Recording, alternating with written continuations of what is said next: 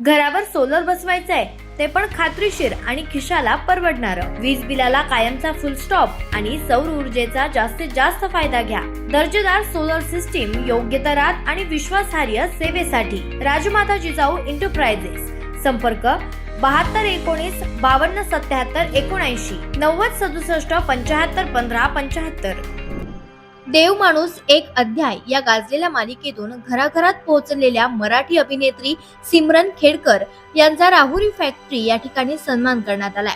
Factory येथील प्रसाद विकास महाजन यांच्या the special corner कट्टा येथील आयोजित खास मुलाखत कार्यक्रमासाठी त्या उपस्थित राहिल्या होत्या.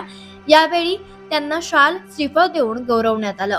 मूळच्या अहिल्यानगर जिल्ह्यातील असलेल्या सिमरन खेडकर यांनी आपल्या मेहनत, जिद्द आणि अभिनय कौशल्याच्या बळावर मराठी मालिका आणि चित्रपट सृष्टीत वेगळी ओळख निर्माण केली आहे.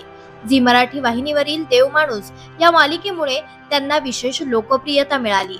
त्यांच्या भूमिकेला प्रेक्षकांचा मोठा प्रतिसाद लाभला असून सोशल मीडियावरही त्यांचा चाहता वर्ग मोठ्या प्रमाणात सक्रिय आहे. याशिवाय त्यांनी छोटा बायोची मोठी स्वप्ने आणि अशोक मामा यांसारख्या मालिकांमध्ये उल्लेखनीय भूमिका साकारल्या आहेत.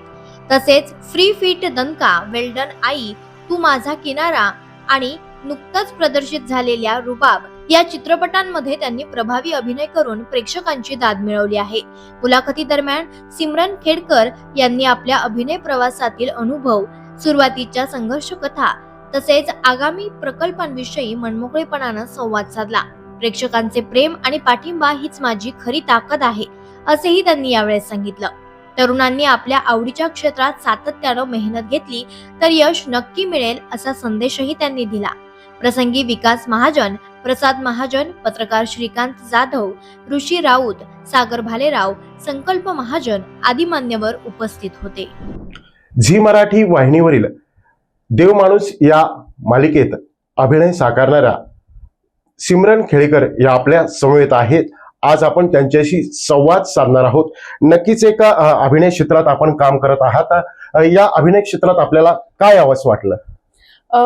खरं तर मी अहमदनगर शहरातच माझा जन्म झाला आणि नगर शहराला खूप चांगला सांस्कृतिक वारसा लाभलाय आणि त्यामुळे माझी जी शाळा होती रेणा विकर महाविद्यालय, तर तिथे शाळेपासूनच थोडा फोकस असा असायचा की अभ्यासाव्यतिरिक्त विद्यार्थ्यांना कशात आवड आहे, घरच्यांचाही सपोर्ट होताच. आणि मी नगर शहरात नाटकात जेव्हा काम करू लागले तेव्हा मला कळलं की आपल्याला हे जास्त आवडतंय आणि मी तेव्हा ठरवलं होतं की आपल्याला अभिनेत्री व्हायचंय. आणि मग मी त्यानुसारच शिक्षण वगैरे घेतलं, नाटक, त्यानंतर ललित कला केंद्रात शिक्षण घेऊन मग मी पुढे काम करू लागले मुंबईत येऊन. नाटक क्षेत्रात आपण नाट्य क्षेत्रात काम केलंय, मालिकेमध्ये काम केलंय. चित्रपटात काय असं वाटलं? चित्रपटातला आपण रुबाब चित्रपटात आपण भूमिका साकारली, हा प्रवास कसा आहे?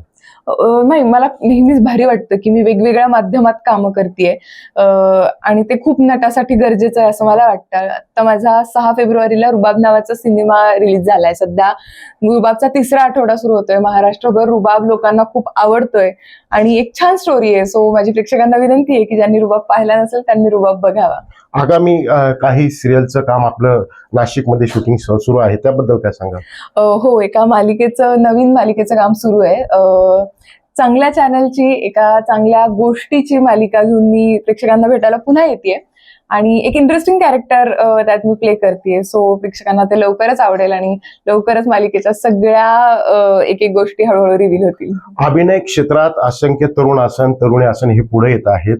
त्यांना आपण काय सल्ला द्याल की आपण अभिनय क्षेत्रात कशी वाटचाल करावी? मला असं वाटतं की स्वप्न बघायला आणि मेहनत करायला कोणीच घाबरू नये. तुम्हाला कुठलीही प्रकारची स्वप्न आहेत तुमची, आउट ऑफ द बॉक्स बघून सगळ्यांनी स्वप्न बघावीत. मी छोट्या शहरातली आहे आणि माझ्या घरी बॅकग्राऊंड नाही असं म्हणून चालणार नाही. तुम्हाला हे आवडतंय, तुम्हाला हे जमतंय तर बिनधास्त स्वप्न बघा, मेहनत करायला घाबरू नका, एवढाच सल्ला मी देईन. निश्चितच स्वप्न बघा आणि मेहनत करा असाच सल्ला आपल्याला यांनी दिलेला आहे. निश्चित त्यांच्याही भावी वाटचालीसाठी आमच्याकडून मनपूर्वक शुभेच्छा.